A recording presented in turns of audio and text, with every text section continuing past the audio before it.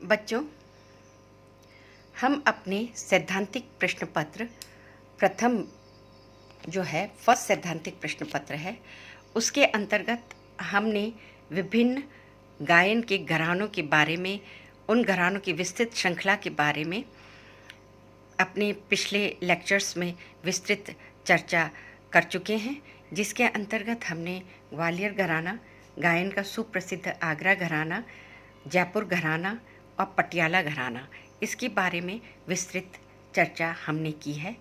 आज हम किराना घराना, जो कि गायन का बहुत ही सुप्रसिद्ध घराना है, उसके बारे में हम चर्चा करने जा रहे हैं। आपके पाठ्यक्रम में गायन के 5 घरानों का उल्लेख पूछा गया है, जिसके अंतर्गत ग्वालियर घराना, आगरा घराना, जयपुर घराना, पटियाला घराना और किराना घराना। तो आपके पाठ्यक्रम के अनुसार से ये किराना घराना इस टॉपिक का सबसे लास्ट सब टॉपिक है, जिसकी कि आज हम चर्चा करने जा रहे हैं। और इसके विशद जो टेक्स्ट है वो हम लेक्चर के एंड में भी प्रोवाइड करेंगे, साथ ही अपने व्हाट्सएप ग्रुप में भी डालेंगे। बच्चों, किराना घराना जैसे ही नाम आता है, वर्तमान समय में हमारे सामने भीमसेन जोशी का नाम एकदम से आ जाता है। उनके गायन के स्वर हमारे कानों में घूमने लगते हैं। वस्तुतः ये घराना ऐसे मूर्धन्य कलाकारों का घराना है जो कि विश्व स्तर पर ख्याति लब्ध कलाकार रहे हैं। इस घराने के प्रतिनिधि गायक अब्दुल करीम खां साहब रहे हैं, जो कि मूलतः किराना के ही निवासी थे। किराना जो है वो सहारनपुर के पास का एक छोटा सा गांव है, छोटा सा कस्बा है। वहाँ के अब्दुल करीम खां साहब निवासी थे और यही इस घराने के प्रतिनिधि कलाकार भी थे। जैसा कि मैंने आपको पहले भी बताया है कि घरानों का नामकरण या तो उस घराने के किसी प्रतिष्ठित कलाकार के नाम से होता है, अथवा वो जिस स्थान विशेष से बिलोंग करते हैं उस स्थान के नाम से होता है। तो अब्दुल करीम खां साहब मूल रूप से किराना के निवासी थे, अतः इस घराने का नाम किराना घराना हुआ। उन्होंने घराने की तालीम जो थे वो अपने वालिद साहब काला खां और चाचा अब्दुल खां साहब से इन्होंने अपनी शिक्षा प्राप्त की थी। किराना घराने के अब्दुल रहमान खां साहब से इन्होंने ख्याल गाने की विशेष शिक्षा हासिल की थी। स्वरों का सुरीलापन और चैनदारी इस घराने की बहुत ही खास विशेषता रही है। अब हम देखें तो ये जो किराना घराना है, यहाँ पे जो वीणा वादक रहे हैं, बीनकार सादिक अली खां और उनके पुत्र जो बंदे अली खां साहब थे, वो भी किराना के ही निवासी थे। लेकिन इन्होंने वादन में अपनी महारत हासिल करी, तो इन्होंने अपना बीनकारों का अलग वादन का घराना बनाया और ये उस क्षेत्र में प्रसिद्धि के उसमें चले गए। और गायन के क्षेत्र में जो है वो अब्दुल करीम खां साहब की परंपरा आगे से आगे चलती रही और इस प्रकार गायन का बहुत सुप्रसिद्ध घराना बन गया। स्वरों का सुरीलापन, जो गले से सुरीलापन और चैनदारी का जो लगाव है, वो इस घराने की अपनी बहुत विशेषता रही है। क्योंकि इस घराने में बहुत प्रसिद्ध वीणा वादक भी हुए हैं और यही कारण है कि इस घराने में बहुत सी विशेषताएं समतुल्य चलती रही। इस घराने की गायकी में लगाव, लोच और मींड का काम बहुत ज़्यादा होता है। इसीलिए इस घराने की जो गायकी है वो बहुत ही भाव प्रधान गायकी कही जाती है। इस घराने में अधिकतर कुछ खास रागें हैं, उनका गायन सर्व प्रचार में प्रचलित रहा है। जैसे तोड़ी, पूरिया, दरबारी, मालकोंस राग जो है वो इस घराने के सिद्ध राग हैं, जो प्रायः सभी जो घरानेदार हैं वो इसको गाते रहे हैं। अब्दुल करीम खां साहब के अलावा इस घराने के दूसरे प्रसिद्ध प्रतिनिधि गायक थे, वो थे वहीद खां साहब थे। और इनकी जो अपनी शिक्षा थी वो कोल्हापुर के हैदर खां साहब से हुई थी। अब गायन के क्षेत्र में इस घराने ने मूर्धन्य कलाकारों को संगीत जगत की अनमोल धरोहर के रूप में हमें सौंपा है, जिसके अंतर्गत सुप्रसिद्ध गायिका हीराबाई बड़ौतकर, स्वर्गीय सुरेश माने जी, फिरोज़ निज़ामी, ये इस घराने के ऐसे मूर्धन्य नाम हैं जिनका कि नाम आते ही हमारा हृदय इनकी कला के प्रति कहना चाहिए एक विशेष भाव से भर उठता है। इनका जो अभ्यास और लगाव, स्वरों का जो भावपूर्ण गायन प्रधान शैली है वो निसंदेह हृदय स्पर्शी है। इस घराने के अन्य प्रसिद्ध गायकों में सवाई गंधर्व, गंगूबाई हंगल, कागलकर, भीमसेन जोशी, बहरे बुआ आदि के नाम विशेष रूप से लिए जाते हैं।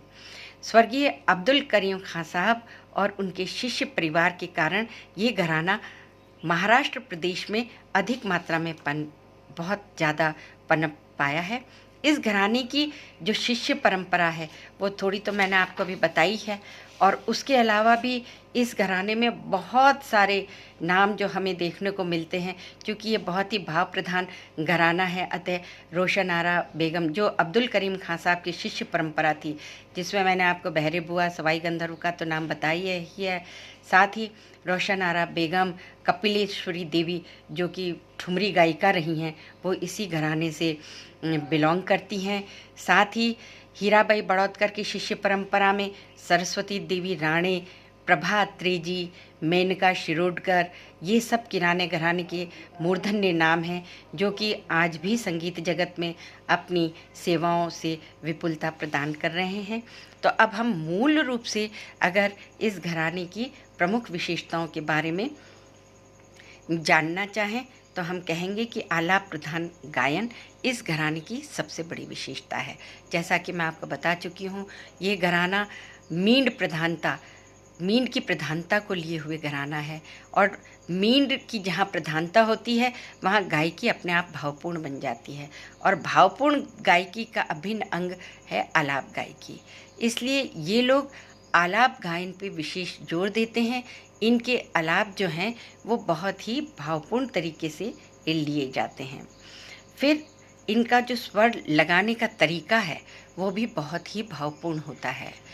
सबसे पहली बात जो इस घराने की हृदय को छूती है वो भावों की प्रबलता के साथ ही स्वरों के सूक्ष्म सौंदर्य का विशेष प्रयोग इस घराने की सबसे बड़ी विशेषता है।